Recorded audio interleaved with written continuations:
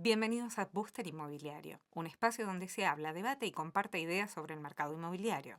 Este podcast es impulsado por Ideamos, el primer acelerador comercial de Ecuador y uno de los pioneros de América Latina. Bienvenidos a Booster Inmobiliario, a un capítulo más. El día de hoy tenemos a un amigo de invitado y que en lo personal me ha abierto un panorama que ni siquiera tenía mapeado en la cabeza de lo que es el real estate. El día de hoy tenemos a Tomás Talias. Bienvenido, Tommy. ¿Cómo estás? Muy bien, Mateo, muchas gracias por invitarme y ya tantas veces voy a confesar que hace rato ya me habías invitado y bueno, por suerte se pudo dar, estoy muy contento de estar acá. Al fin, de tanto insistir, llegó el momento. Tommy, te cuento que hace poquito estuvimos en una feria y algo que me llamó mucho la atención es que tienes una habilidad muy buena para presentar a otras personas. Así que el día de hoy por primera vez me gustaría escuchar qué tan bueno eres presentándote. Tengo entendido que tú no eres de Buenos Aires, ¿correcto? Correcto. ¿De dónde eres? Originalmente soy de Corrientes, de una provincia al noreste argentino, cerca de Brasil. Eh, y bueno, pasé gran parte de mi infancia y adolescencia en Buenos Aires, en San Isidro, ¿A qué edad viniste acá? a los 8 años. Prácticamente porteño. Prácticamente porteño, exacto. Y luego, bueno, viví en muchos lugares, entre otros en Estados Unidos, haciendo real estate, que es más lo que hago que lo que soy, ¿no? Sabes que siempre siempre le pregunto a las personas, ¿ustedes nacieron queriendo estar en la industria del real estate? ¿O cómo fue que te encontraste con esta hermosísima profesión? Qué buena pregunta. Siempre quisiste dedicarte a algo similar? Me gustaría entender primero cómo llegaste al real estate y posteriormente qué funciones cumples hoy en día dentro de esta industria. Excelente. Bien, llegué al real estate por casualidad. Yo me dedicaba a otra industria que me llevaba a la industria de los caballos de polo, que me llevaba bastante a Estados Unidos.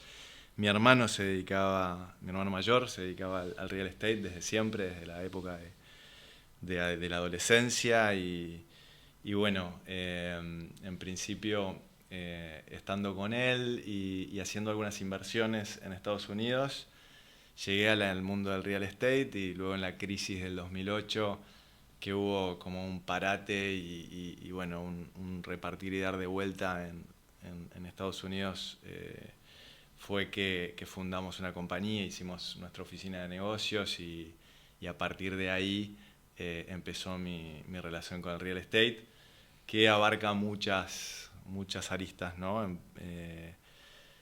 Yo soy desarrollador Bien. y estructurador de negocios de real estate.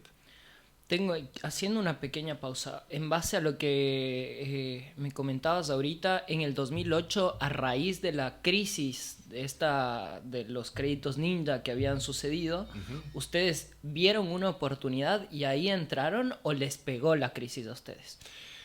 Ambas cosas. Ok, Un poco habíamos armado un portfolio de propiedades anterior, luego vendimos ese portfolio antes de la crisis, luego invertimos en otros lugares, en Panamá y en México, donde no nos fue tan bien.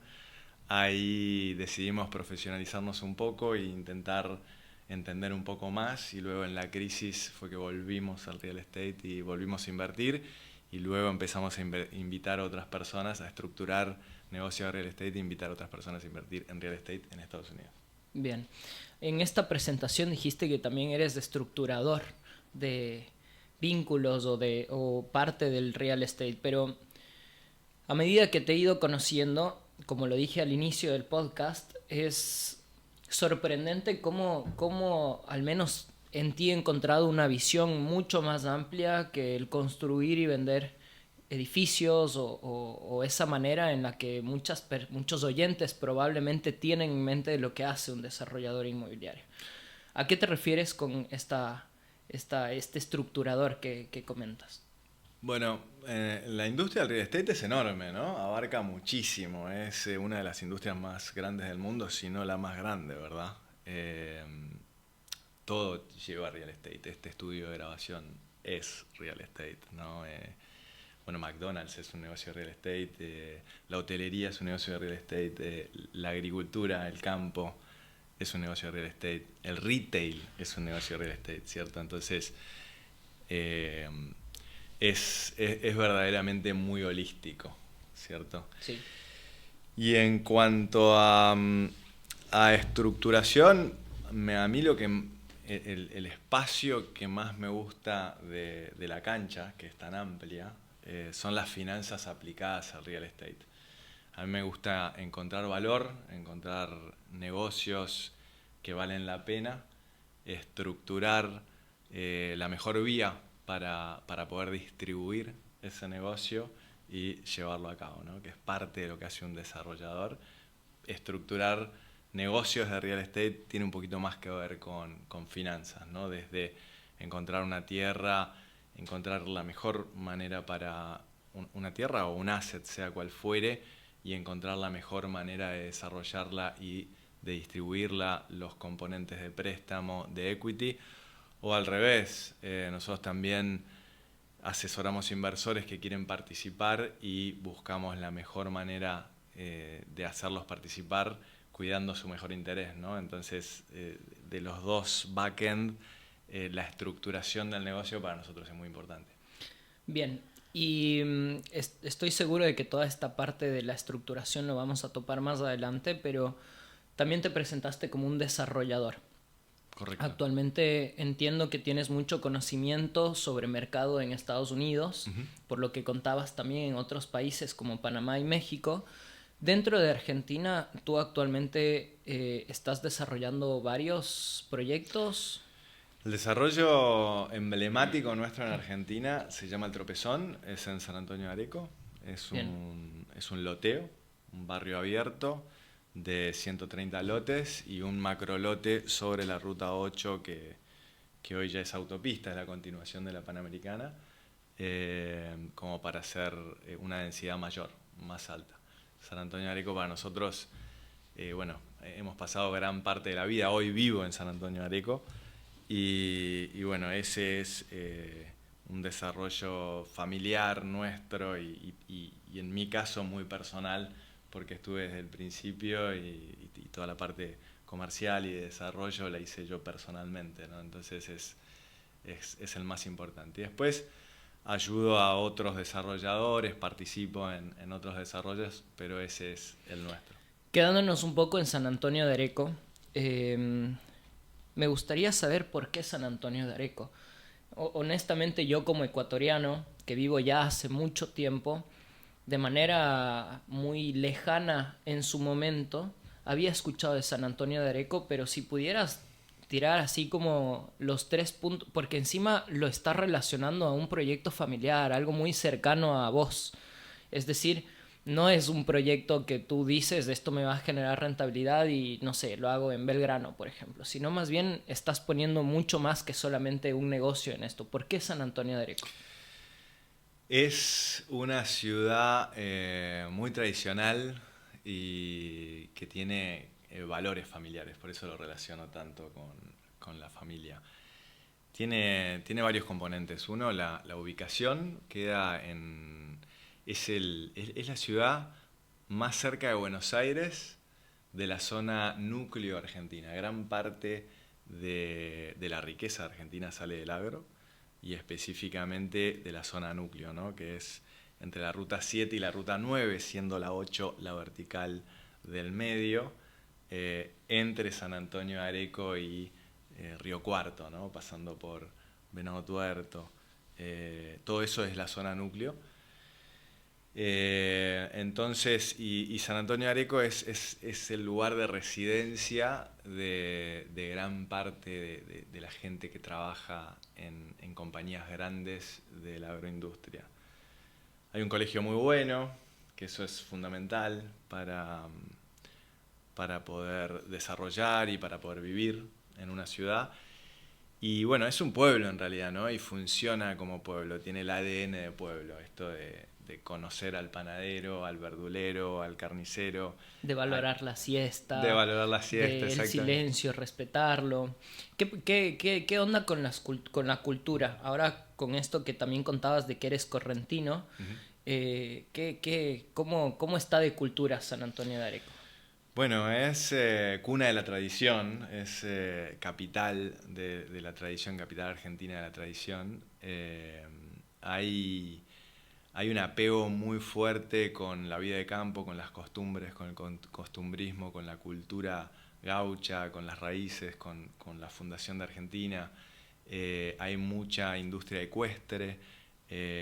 Argentina es uno de los países más grandes en cuanto a turf, junto con Estados Unidos, Australia, Sudáfrica, Irlanda. Argentina es uno de los lugares donde más caballos, sangre pura de carrera nacen por año.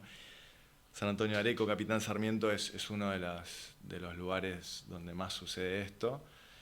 Y luego hay mucha orfebrería y platería, que en el costumbrismo el gaucho usa mucho, muchas prendas gauchas, ¿no? Como recados, estribos, cabezadas, rastras, etc. Y ahí en Areco están los orfebres más importantes de la Argentina. Así que hoy hubieron en San Antonio de Areco 2 o 3 inmigraciones, ¿no? La primera tuvo que ver con el agro, que fue, la primera fue la original, ¿no? Te diría que la segunda tuvo que ver con el agro y con la fundación de este colegio que te digo. De todas formas, hay varios colegios ahora y uno de los puntos fuertes que tiene Areco es la educación. Estar cerca de los servicios básicos. Seguro. Porque creo que ya un valor agregado es poder estar cerca de las raíces de donde naciste, no solamente siendo argentino, sino como extranjero. Argentina, visto desde los ojos de un ecuatoriano, a mis 30 años me he dado cuenta de que es un país lleno de cultura, lleno de tradiciones, y que más allá de que la actualidad, la tecnología, como sea que lo querramos definir, a veces sí tiende un poco a ir apagando un poco esta conexión que nosotros tenemos. Y también hablaste mucho acerca de la familia. Qué gran privilegio y qué gran regalo poder crecer en un lugar en donde te enseñen justamente de dónde vienes, de dónde viene la tierra, el valor que tiene el arado y con todos los beneficios adicional como cuentas de una buena educación, me imagino que debe tener buena salud, etc. Sin duda. Hoy más temprano me preguntaste quién soy y si me puedo presentar, ¿verdad? Y la verdad que lo que más soy yo es padre y marido, ¿no? O sea, creo que mi industria principal es la familia. Luego está todo a lo que me dedico, ¿no? Y un entorno en donde un niño puede tener contacto con la naturaleza y velocidad de pueblo y valores de pueblo es un entorno que recomiendo muchísimo y en San Antonio de Areco se puede lograr. Y al estar tan cerca de Buenos Aires y con la telecomunicación y el trabajo remoto, hoy ya el perfil de gente que se muda a Areco es muchísimo más amplio. Antes era una persona que se dedicaba al campo, ¿no? Un agricultor, un veterinario, un administrador de empresas del agro. Hoy ya es una persona que trabaja en Mercado Libre o que tiene un podcast o que hace lo que sea, un escritor o lo que sea. Además, se nutre mucho de Pilar, que está muy cerca de Pilar, que hoy Pilar ya es una ciudad con muchísimos, con un hospital muy, muy grande, el Austral, con universidades, entretenimiento, ya es una ciudad un poco más grande y eso está muy cerca, y Buenos Aires también, ¿no? Yo hoy vengo de ahí, me voy hacia ahí, y es por el día y también está bien. Entonces, no tener que irse tan lejos como a la Patagonia para poder lograr este contacto con la naturaleza y esta velocidad de pueblo. Esta calma. Es verdad, exacto, esta calma es verdaderamente un gran asset. Claro, un regalo. ¿Cuál es? Bueno, ahorita dejaste muy claro que un gran perfil sería una familia, no necesariamente muy numerosa o muy adulta, sino para comenzar a criar a tus hijos, pero ¿cuáles serían muy rápidamente 3 perfiles que tú defines que al menos está siendo poblado por este desarrollo del tropezón? Sí, el tropezón y Areco en general, ¿no? Familias jóvenes, creo que es el primer consumidor, sin duda.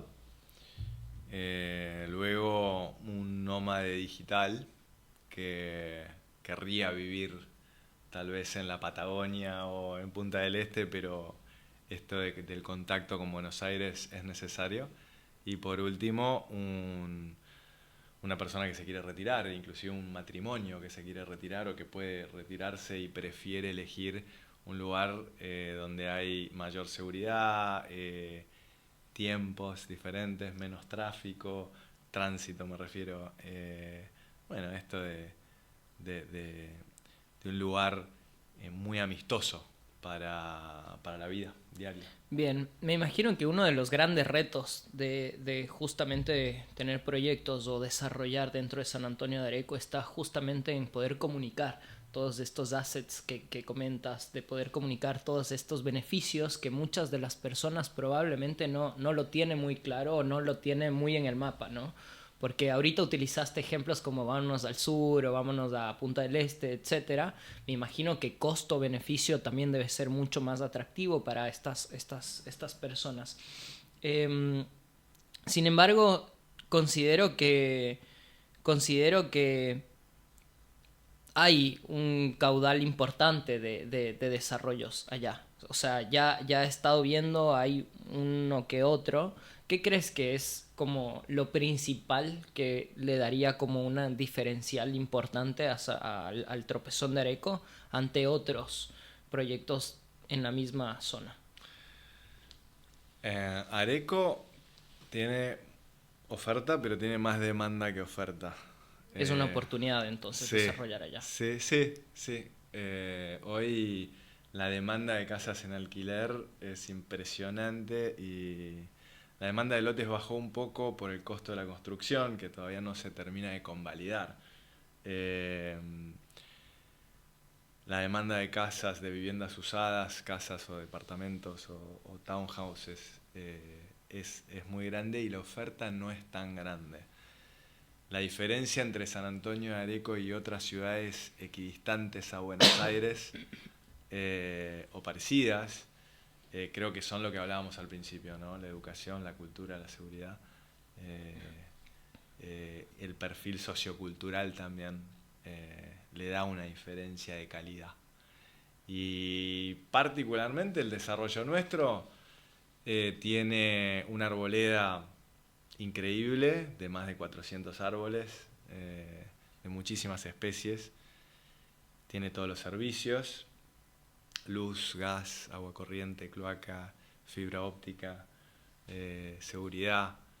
Hay una cancha de tenis, bueno, un Zoom, una cancha de fútbol, espacios verdes. Mejor dicho, literalmente lo mejor de la ciudad, mejor dicho, todo lo que se necesita para no extrañar a la ciudad, pero con la calma del campo, por decirlo así.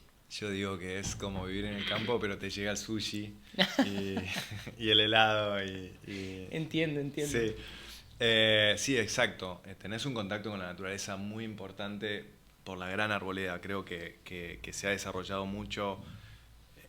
Cuesta mucho que crezcan.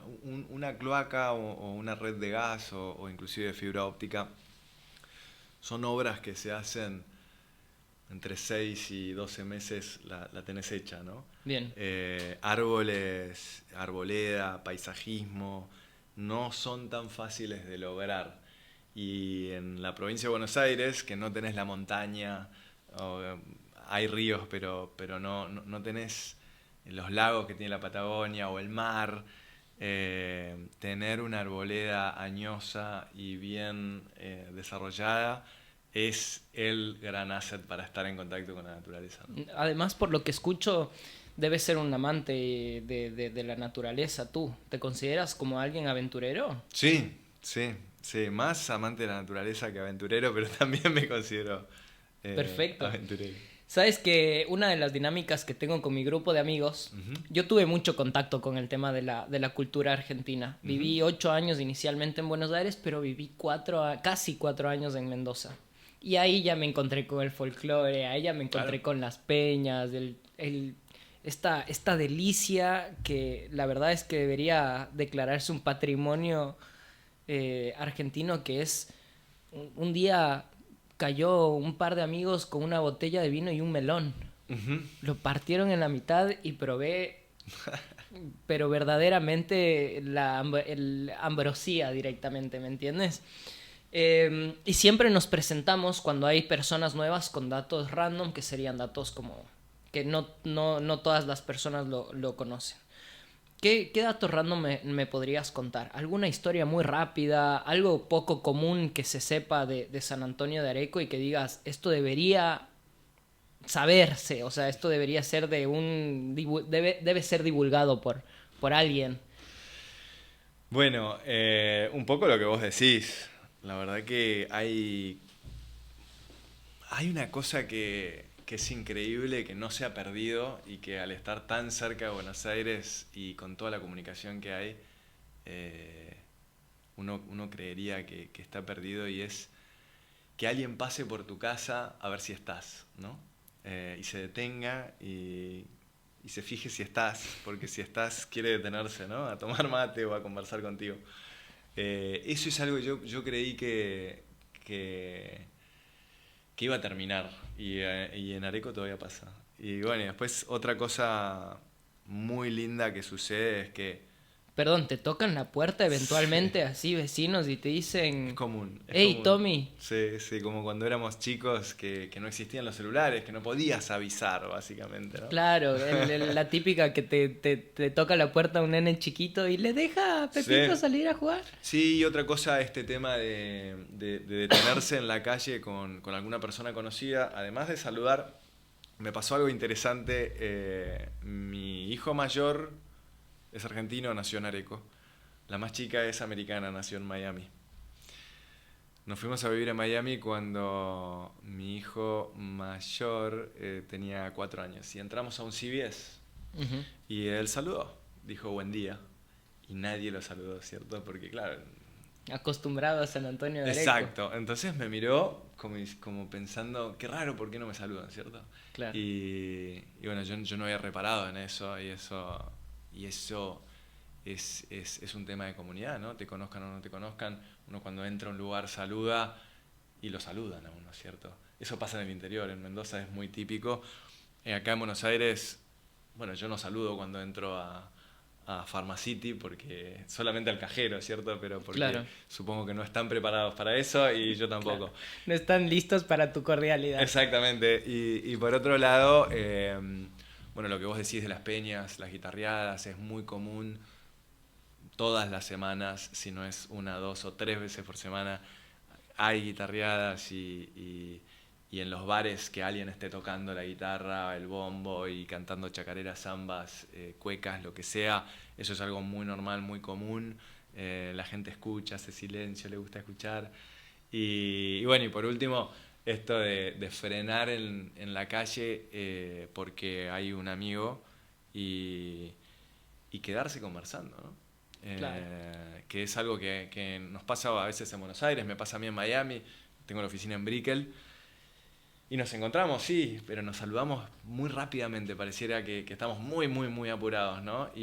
Con otro tiempo. Sí. Con otros tiempos, ¿cierto? Y yo, inclusive en mi vida, un día que estoy en San Antonio de Areco, pero mi agenda suele ser bastante tupida, siempre me doy cuenta que mis amigos que me ven se paran y pretenden eso, ¿cierto? Y yo me paro también y hago el esfuerzo y me quedo a charlar con un conocido.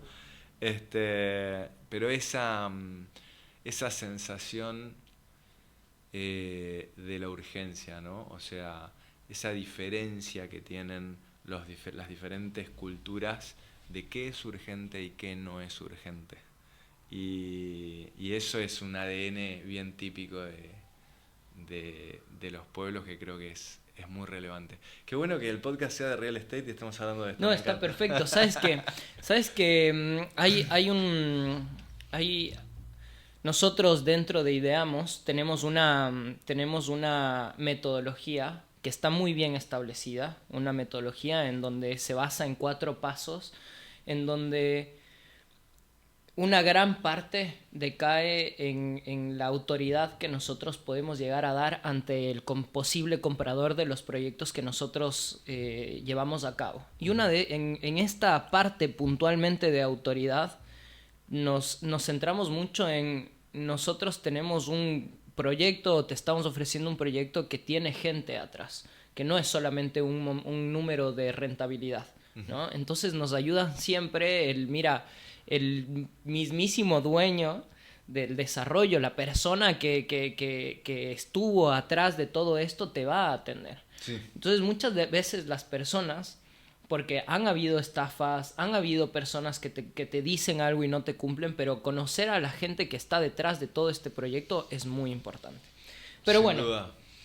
yo me anoté varias preguntas porque considero que todos los temas que vienen en esta segunda parte son un poco más técnicos. Muchos de los oyentes que nos siguen y que nos escuchan no son muy ávidos, están muy interesados. Te diría que incluso los mismos desarrolladores no son como muy ávidos en tanto a ciertas terminaciones. Yo sé que eres una persona que es muy preparada y aquí voy a tratar de que sea una conversación un poco más dinámica, divertida y simple. De acuerdo. ¿Sí? Si es que hay algún tipo de terminología que yo tal vez sí la entienda, pero considere que los oyentes no, voy a hacer un doble clic para que podamos hacerlo lo más explicativo posible. ¿Sí? ¿Cómo no? Me gustaría empezar por una parte que comentaste anteriormente y es el tipo de inversiones que existen dentro del real estate.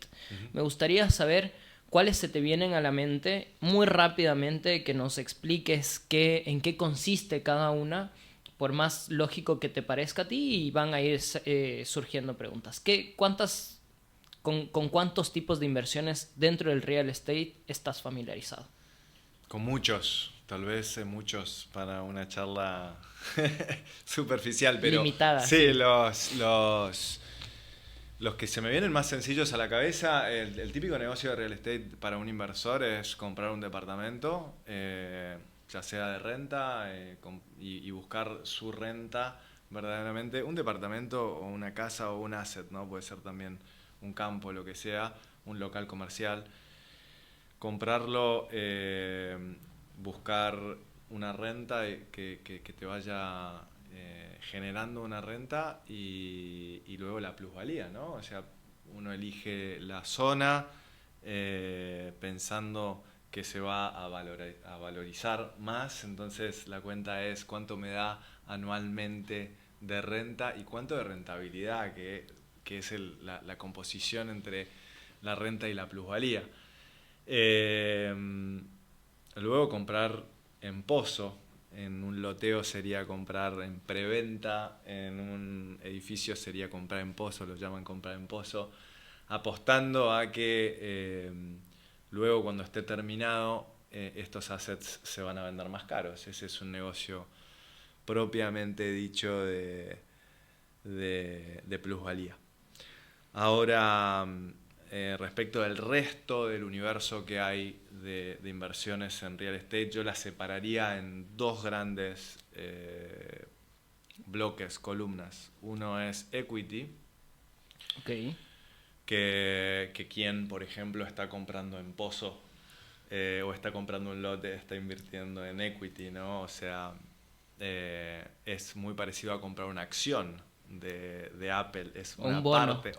Un bono sería préstamo. Cuando vos compras un bono, ya sea de una empresa, en Argentina llaman obligaciones negociables, le estás prestando plata a esa empresa, vos crees que tiene capacidad de devolución y bueno, al vencimiento te van a pagar. Claro, no compras la tierra per se, sino haces un intercambio de te doy dinero a cambio de una rentabilidad estimada. Exacto, entonces lo dividiría en esos 2. En equity, que es cuando yo digo, bueno, voy a comprar en pozo o voy a invertir con un desarrollador. Ya en Estados Unidos es más común invertir en equity directamente en la sociedad que desarrolla, y digo, bueno, voy a invertir como inversor en equity, que es comprarme una partecita de la inversión, y luego cuando el edificio se termina y se vende, tengo mi rentabilidad. Por supuesto que es más riesgosa muchas veces que invertir en préstamo, que sería como un bono. Que hay un montón de formas de invertir en préstamos, de fondos de inversión, notas estructuradas, directamente prestar contra una hipoteca. Los dividiría en esas dos grandes Bien.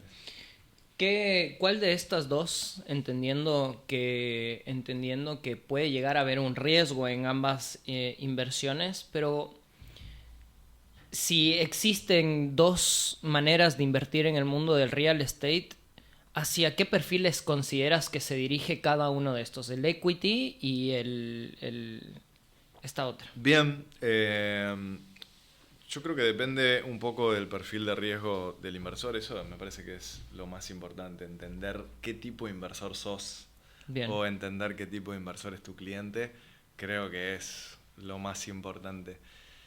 Es más conservador muchas veces invertir en préstamo. Tiene una renta recurrente, generalmente los pagos son recurrentes. Bien. Son fijos, son más estables y tienen un colateral que generalmente vale mucho más de lo que estás prestando, ¿cierto? Entonces esa es una inversión un poco más estable para un perfil de inversor más conservador. Y luego invertir en equity, bueno, por ejemplo en Estados Unidos vos estás comprando parte de una sociedad que desarrolla pero que también toma deuda, por ejemplo. Okay. Entonces, me imagino que este tipo de inversión dentro de equity también requiere de más conocimiento. Debería. No siempre las personas entienden del todo qué es lo que están haciendo, pero sí, cuando vos decidís invertir en equity, estás haciendo más apuestas. Estás apostando a que el desarrollador es una persona idónea para eso, a que la zona va a hacer lo que vos crees que va a hacer, a que vas a poder vender, a que vas a poder devolver el dinero que se tomó en préstamo. O sea, que va a ser más la ganancia que lo que se tomó en deuda, ¿no? ¿Y qué tan predecible consideras que es el real estate? El real estate en general es una industria mucho más conservadora que investigación y desarrollo, por ejemplo, ¿no? O otras industrias, tecnología, que, por ejemplo, que son más impredecibles y son apuestas más de venture capital, que venture capital es capital aventurado, ¿no? O sea, más aventurado. Claro. El real estate, en general, a comparación de otras industrias, es una industria un poco más previsible. Bien. Es decir, que si es que tú estás completamente informado, tienes la información que me imagino que públicamente la puedes tener, no tendría por qué ser una industria con un alto riesgo. Correcto. Independientemente de que sea equity, préstamo o directamente si compras una unidad.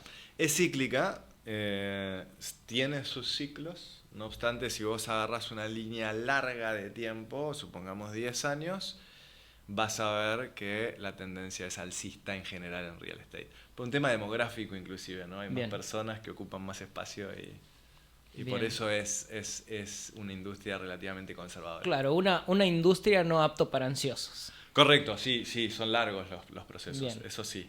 Bien, perfecto. ¿Qué opinas acerca de una afirmación, ¿no? Invertir en real estate es para la gente que tiene mucho dinero sobrante. ¿Consideras que eso es correcto? No, creo que fue así durante mucho tiempo, pero hoy en día hay muchísimas opciones para poder invertir fraccionado, ¿no? Desde fragmentos muy pequeños. Vos podés participar tranquilamente de equity en un proyecto en Estados Unidos sin grandes sumas de dinero. Hay financiaciones, podés comprar en pozo en cuotas.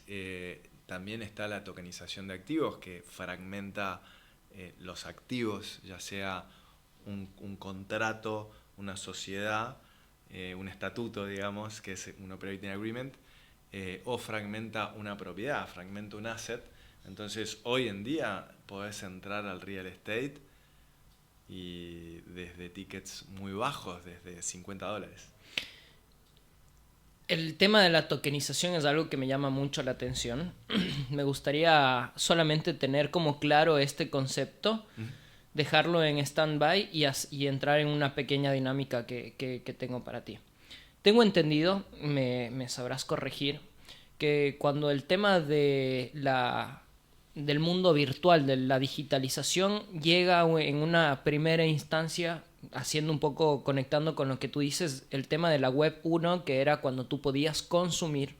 Posteriormente llega la web 2, que es donde puedes interactuar con esta web 1 previamente dicho, y finalmente llega o la tokenización estaría dentro de esta categoría web 3, que es cómo tú pasas algo real, del mundo real, a el mundo digital.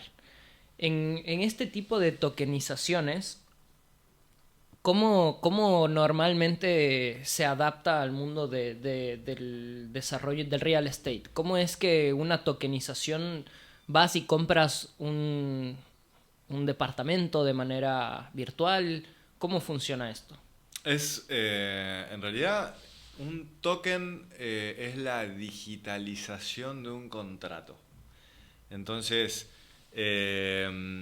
supongamos que hay un activo tokenizado, un contrato de compra o de propiedad, una escritura de un departamento, de una tierra o de una casa, y está fraccionado en 100 tokens, vale $100.000 y está fraccionado en 100 tokens y de 1000.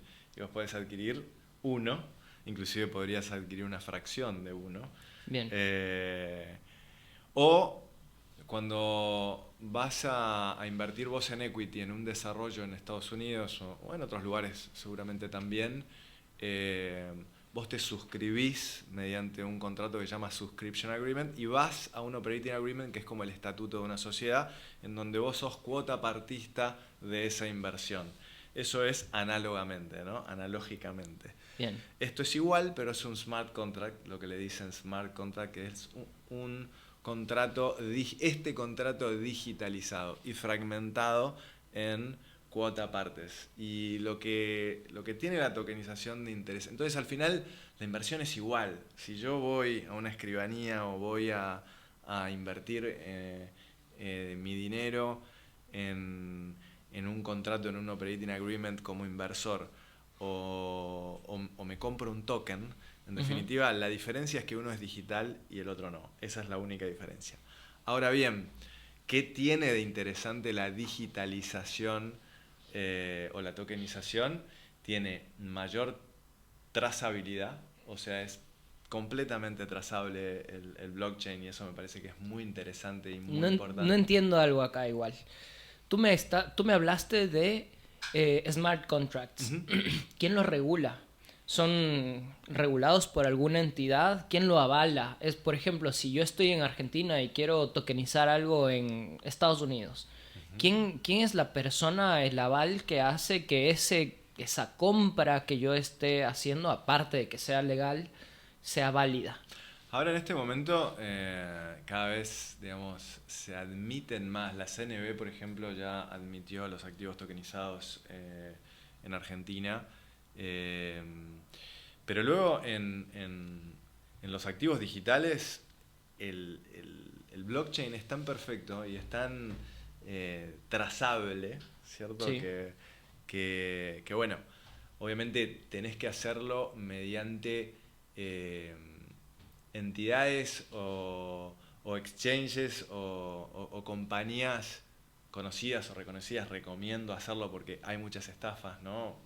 Se presta mucho a las estafas. Pero lo que te da la tokenización, además de la trazabilidad que es completamente visible, es una mayor capilaridad, poder llegar a más personas o que más personas tengan acceso a, que es lo que vos preguntabas, ¿no? siendo un pequeño inversor puedo participar de una torre en Nueva York. Bueno, es más fácil ahora, desde un token. Y por último, la transaccionalidad, el hecho de que yo te pueda a vos pasar o transferir mis tokens en este momento o vos a mí. Sin intermediarios. Sin intermediarios y sin mayor acción que peer-to-peer. Entiendo. De puerto a puerto, es mucho más dinámico y mucho más democrático y menos costoso también, ¿no? Porque necesitamos de menos personas en el medio y de menos eslabones que muchas veces agregan más costo que valor. Bien, entiendo. El tema, aparte de esta democratización de la que me estás comentando, el acceso cada vez es mayor también. Pero sí, sabes que siento que hay un cierto tabú. Me gustaría saber tu opinión sobre... Hay muchas personas que utilizan para, no sé, lavar su dinero o para utilizarlo como algo un poco más en una tonalidad ilegal. ¿Crees que cada vez más porque también me hablaste de una trazabilidad, y si hay trazabilidad quiere decir que se puede definir de dónde viene, de qué fondos vienen, etcétera? ¿Crees que es real este miedo o esta concepción que tienen de este tipo de transaccionalidad? A ver, separaría el tema en dos. Lo primero, a mí me gustan los activos que tienen subyacentes y no me gustan los activos que no tienen subyacentes. Y cuando me refiero a subyacentes, son subyacentes reales.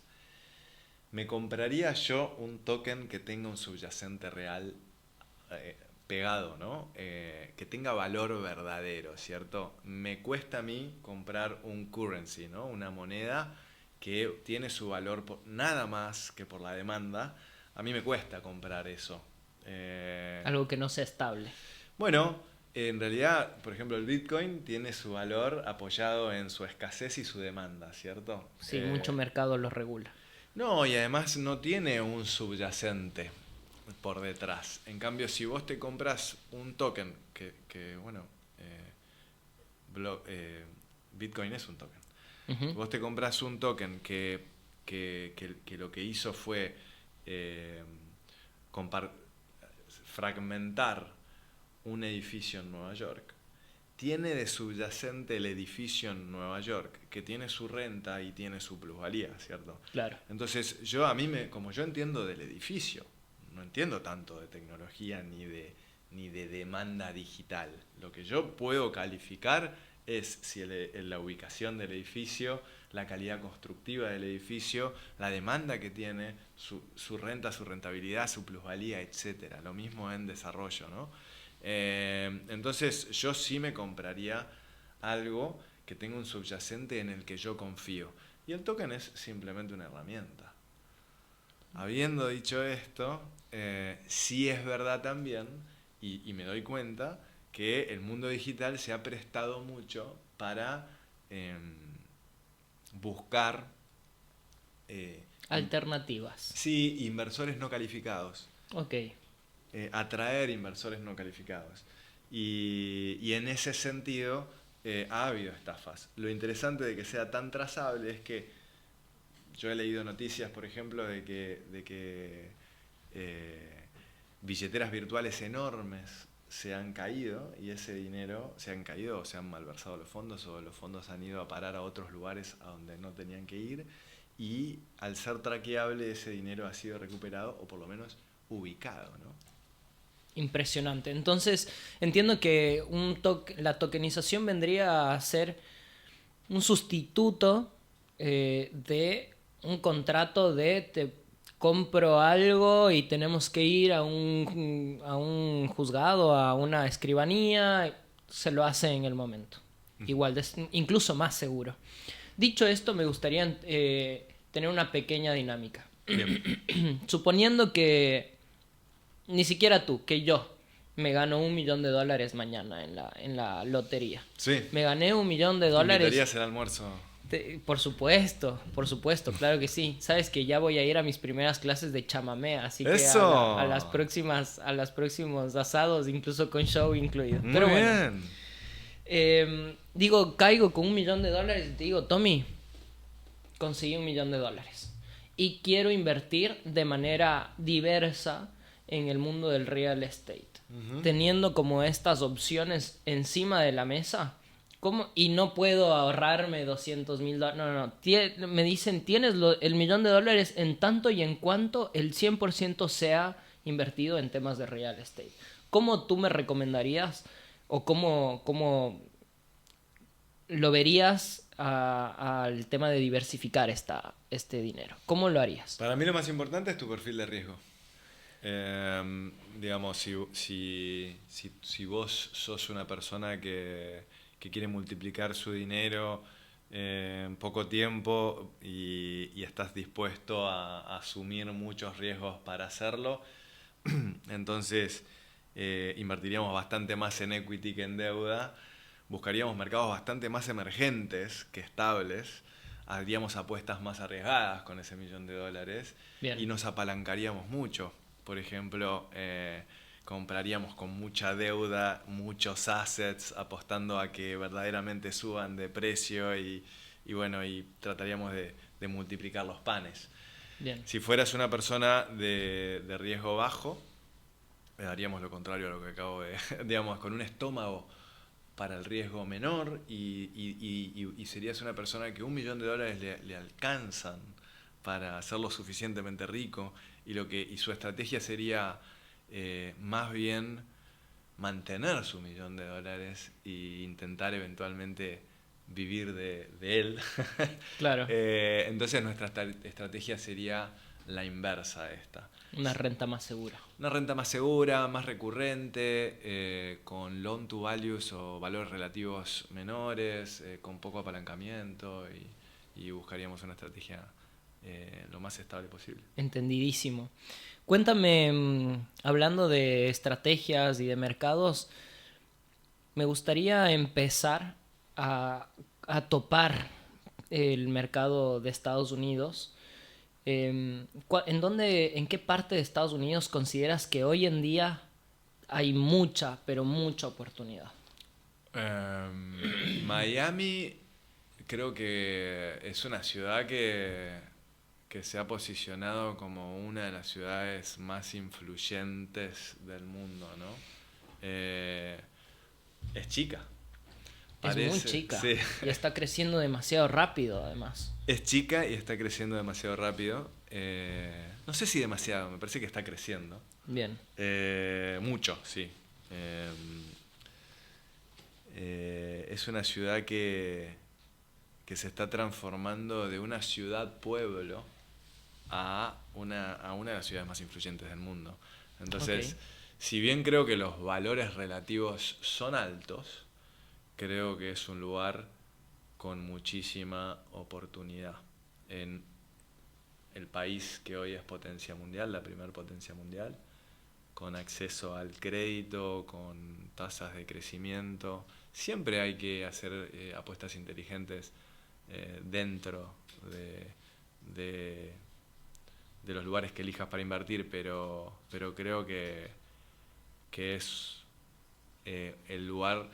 Miami, te diría Florida también. El estado de no Florida. todo Florida, pero el estado de la Florida es un estado muy potente, muy pujante, con impuestos bajos o relativamente bajos.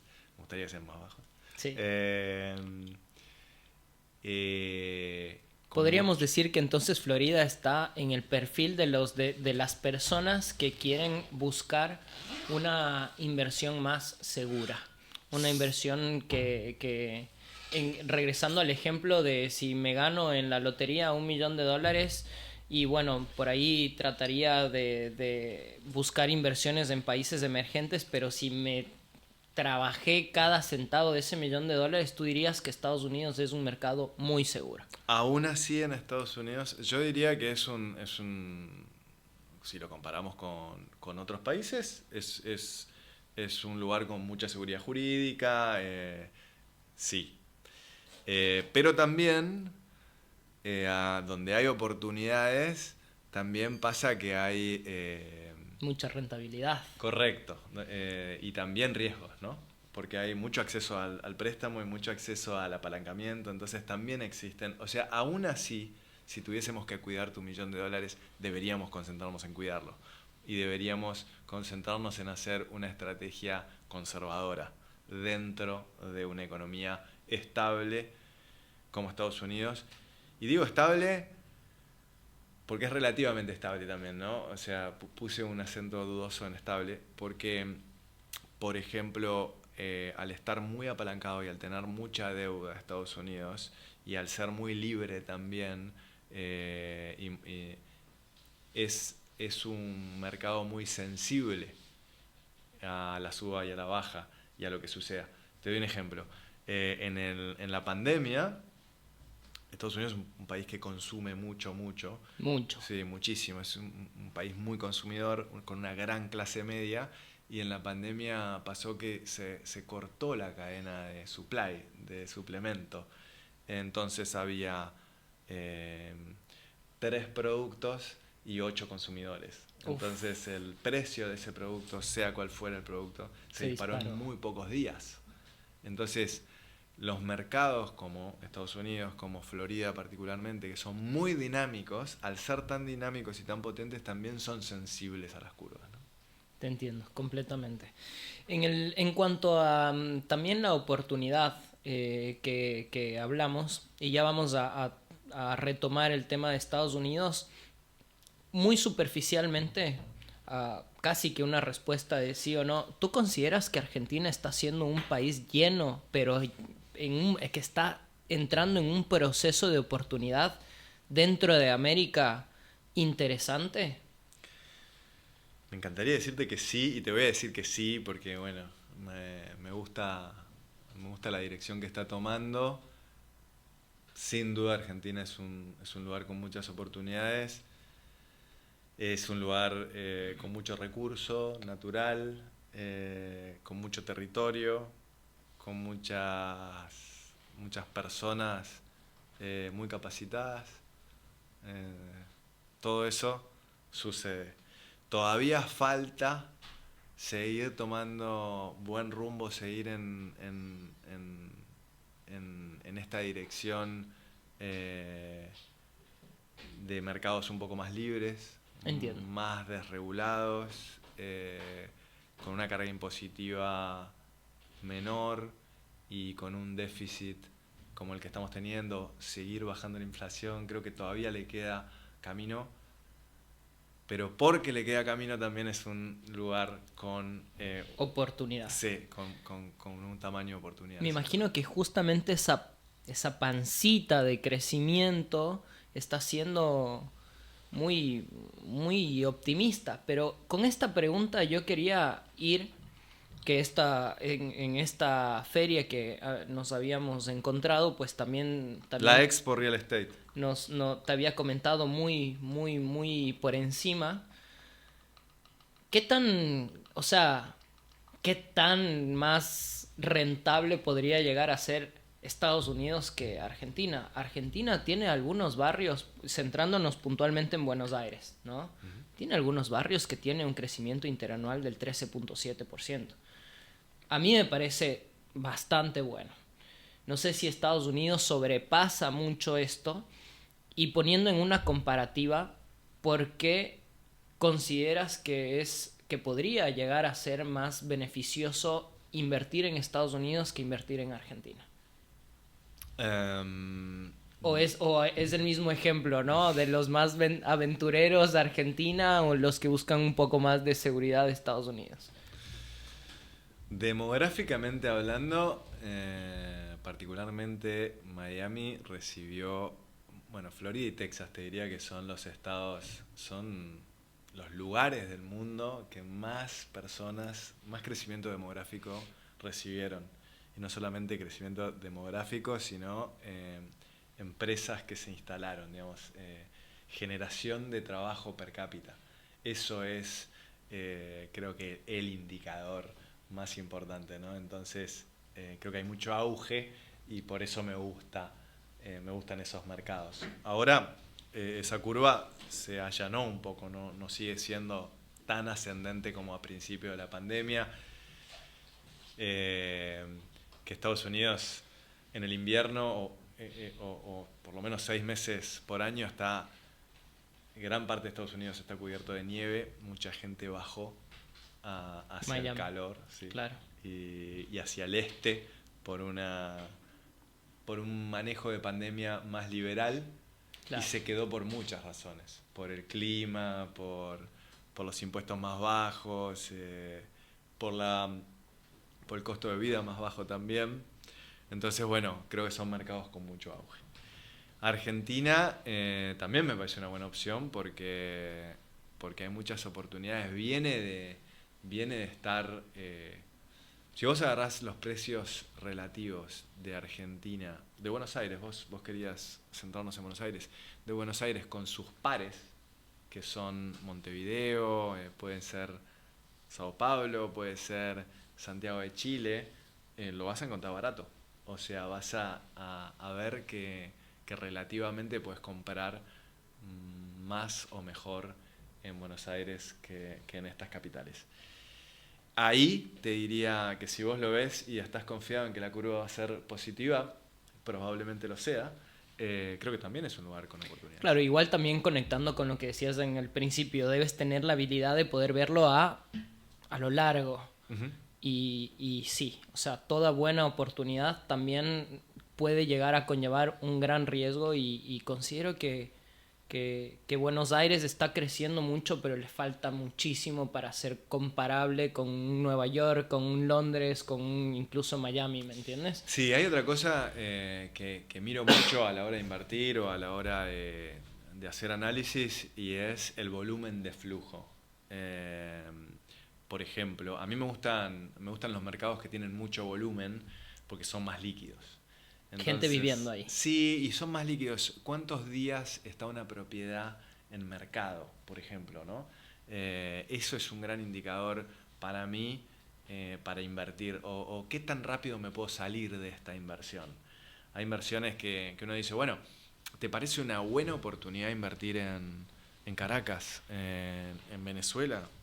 No sé, $20.000, $50.000, a un valor muy bajo. Bueno, es una apuesta larga. Vamos a ver qué pasa. Seguro que es barato, pero es una apuesta larga, ¿cierto? Sí, total. Bueno, Buenos Aires yo creo que va a tener valores ascendentes, pero también creo que puede no ser tan líquida como a mí me gustaría siendo inversor. Y que creo que la diferencia está ahí, más que en el margen, en la velocidad de entrada y salida. Bien. Me gustaría ir terminando el tema de Estados Unidos con una pregunta que entiendo que eres desarrollador, que tienes una empresa ya, etcétera, pero me gustaría acá tal vez un poco de imparcialidad. Okay.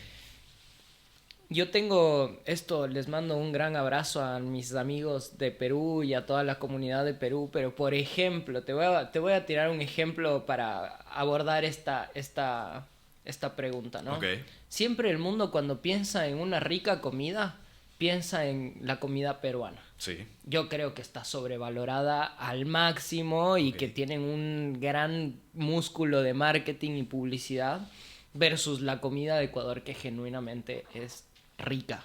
Wow. Dicho esto, y tratando de alivianar un poco esta conversación, ¿tú consideras que el mercado en Estados Unidos es genuinamente una oportunidad? ¿O crees que es algo como que está pasando por un hype, como el ejemplo que te decía de la gente que dice sí, la comida peruana es lo más rico y dice que incluso es mejor que la de Ecuador?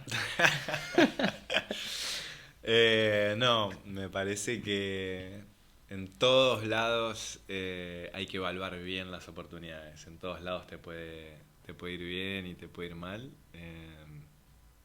Creo que bueno, particularmente al sudeste de Estados Unidos le queda recorrido, verdaderamente.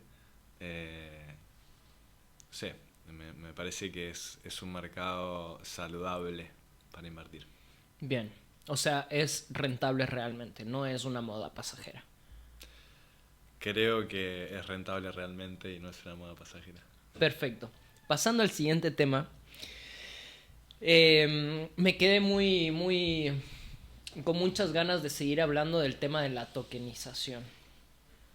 Me quedé con muchas ganas de esto porque considero que a pesar de que soy una persona muy ávida con la tecnología, que tiene conocimiento de el tema de criptomonedas, de que es una stablecoin, que es una moneda un poco más fluctuante como el tema del Bitcoin, tú me comentaste un poco acerca de Growy. Me gustaría saber qué es Growy, qué participación tienes ahí, cuál es tu influencia ahí, y hacer un par de preguntas ya puntuales sobre lo que es Growy. Cuéntanos, ¿qué es puntualmente? Bueno, Growy es un marketplace. Eh,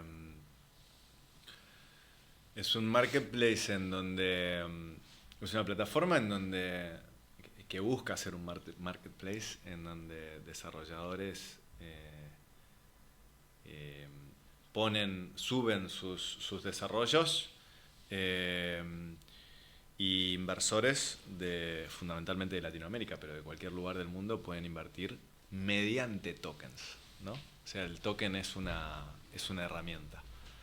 Tiene 4 verticales. Uno, equity. Puedo invertir, por ejemplo, en este momento está subido Faena a la página, que es un desarrollo de 2 torres al lado del río de Miami, muy interesante y Muy lujoso. muy lujoso, y podés invertir en el desarrollo como equity partner.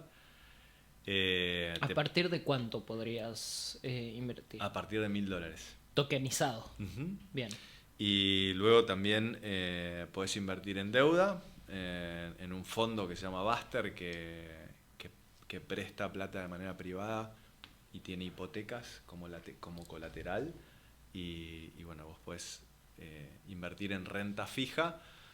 Y bueno, después otro vertical es Income Producing Assets, que son, por ejemplo, un multifamily que está fraccionado. Vos comprás parte de ese multifamily que tiene muchos departamentos de renta y comprás este asset que produce renta y plusvalía, como mencionamos antes. Y luego está el vertical de alternativos, que en alternativas entra de todo un poco, ¿no? Puede ser una marina, puede ser un cowork, puede ser cualquier cosa que tenga que ver con el real estate. Lo interesante de Growy es que las empresas fundadoras son Fortune, que es una de las desarrolladoras inmobiliarias más importantes de Miami, si no la más, y Globant, que es el gigante de la tecnología. Entonces, por detrás tiene 2 compañías fundadoras muy potentes y muy serias, con un conocimiento cabal de real estate por un lado y de tecnología por el otro. Entonces eso hace que sea una herramienta óptima y confiable. En cuanto a... Tengo una pregunta. ¿Cuál es normalmente el tipo de proyectos que más común es con la tokenización? ¿Es algo residencial? ¿Cada vez se abre un poquito más el aventurarse a poder, no sé, tokenizar un hospital, por ejemplo? Uh-huh. Sí, el real estate residencial es el más típico, el más común. Y luego el real estate comercial, que puede ser un street mall, un shopping center o un multifamily, te diría que es el segundo más típico. Bien, perfecto. Dentro de esta tokenización, entiendo que yo, por ejemplo, yo compro un token de $1.000 para Faena. No es que soy propietario de centímetros o metros de un departamento. ¿Cómo es mi retorno en cuanto a mi ganancia? ¿Ustedes lo hacen por medio de criptomonedas? ¿Lo hacen por cuentas bancarias? ¿Cómo es ese asunto? Bueno, tu retorno, vos sos limited partner, o sea, sos inversor, equity partner, y tu retorno va a tener que ver con el resultado del proyecto, como el mismo desarrollador, ¿no? O sea, Vos estás comprando parte de la sociedad que desarrolla y estás participando de sus derechos y obligaciones. O sea, el derecho de recibir la rentabilidad, que en Faena particularmente es un proyecto a 36 meses, o sea, 3 años, con una rentabilidad alrededor del 20% anual. ¡Wow! Eso es, cobras al final, ¿no? O sea, está en construcción en este momento, y cuando se termina de construir y las unidades se venden, vos adquirís tu retorno como parte del negocio, ¿no? ¿Y el retorno es todo en una sola o tienen algún tipo de plan de retorno En este caso parcial? es todo en una sola. Te retirás tu inversión inicial más la rentabilidad al final, cuando se termina, cuando llega al final. Y luego la manera de invertir o la manera de pagarte, bueno, vos lo podés hacer desde tu cuenta bancaria argentina, americana, lo podés hacer con tu billetera de criptoactivos, con USDT. La verdad que las maneras son las típicas e inclusive mayores, digamos, es más accesible, más sencillo y más fácil todavía.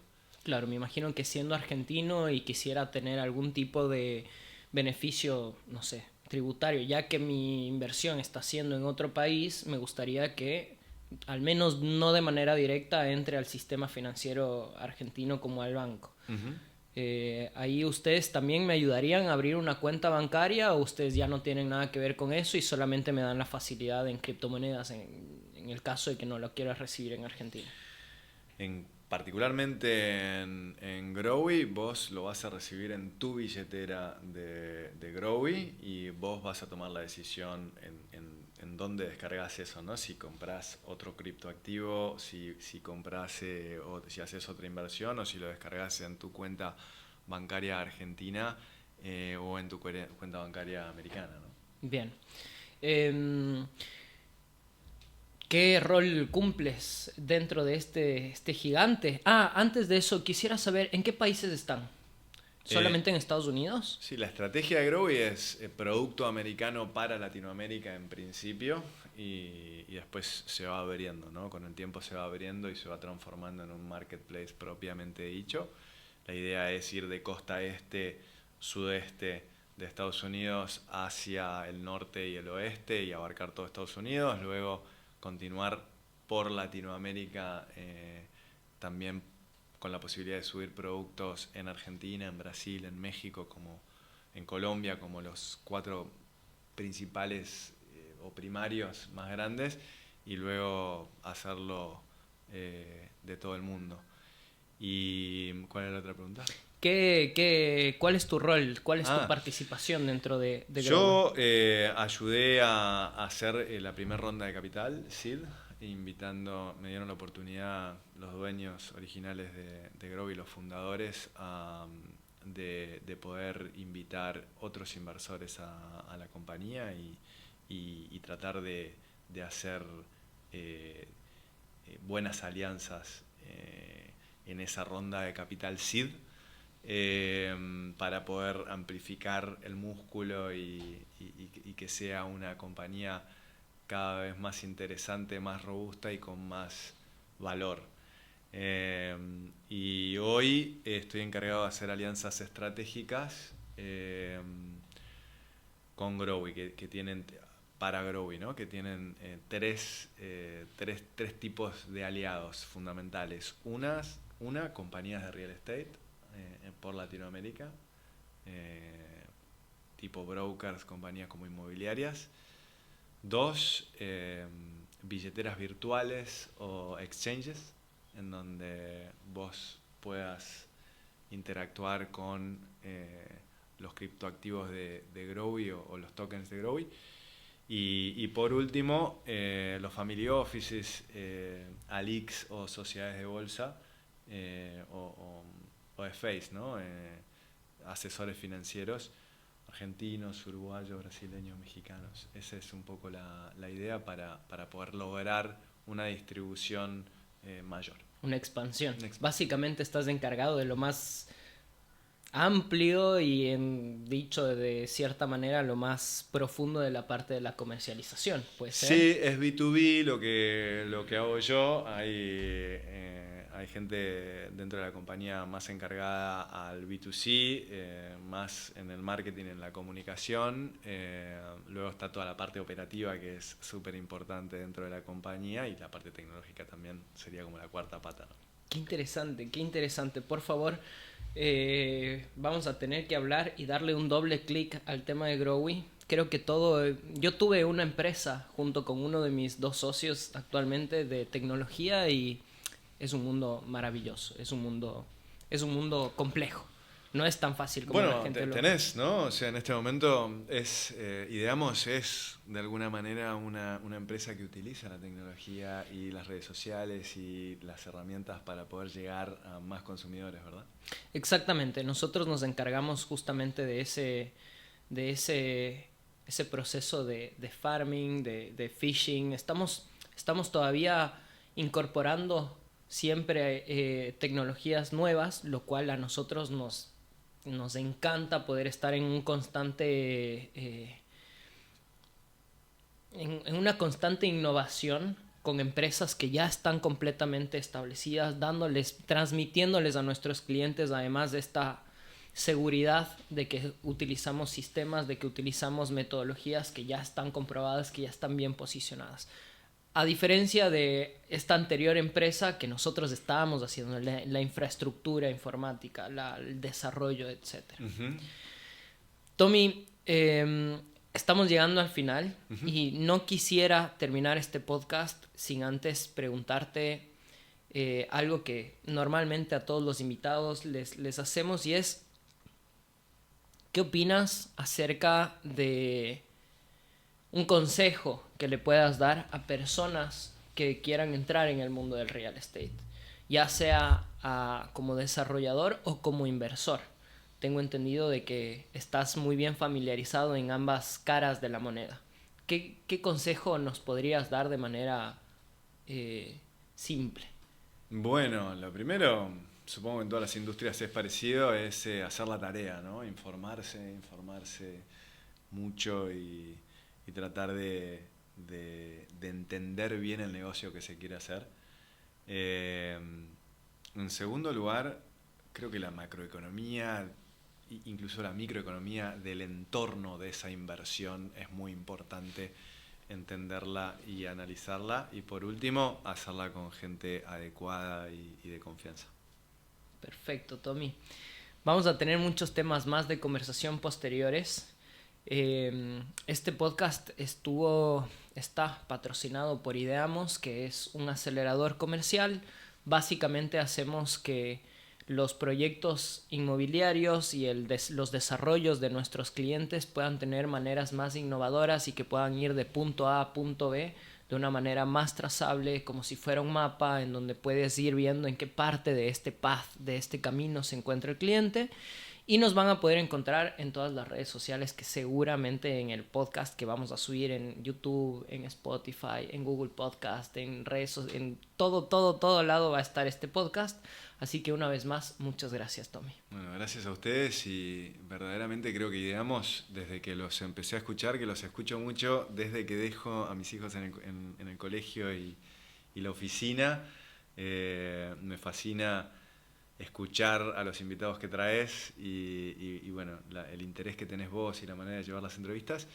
Pero además creo que son parte de este movimiento de la democratización de la inversión en el real estate. Creo que son parte de este movimiento de que más personas puedan llegar a esta industria y de que más actores de esta industria puedan llegar a más personas. Así que gracias a ustedes por la invitación y cuenten conmigo. Siempre bienvenido. Gracias, Tommy.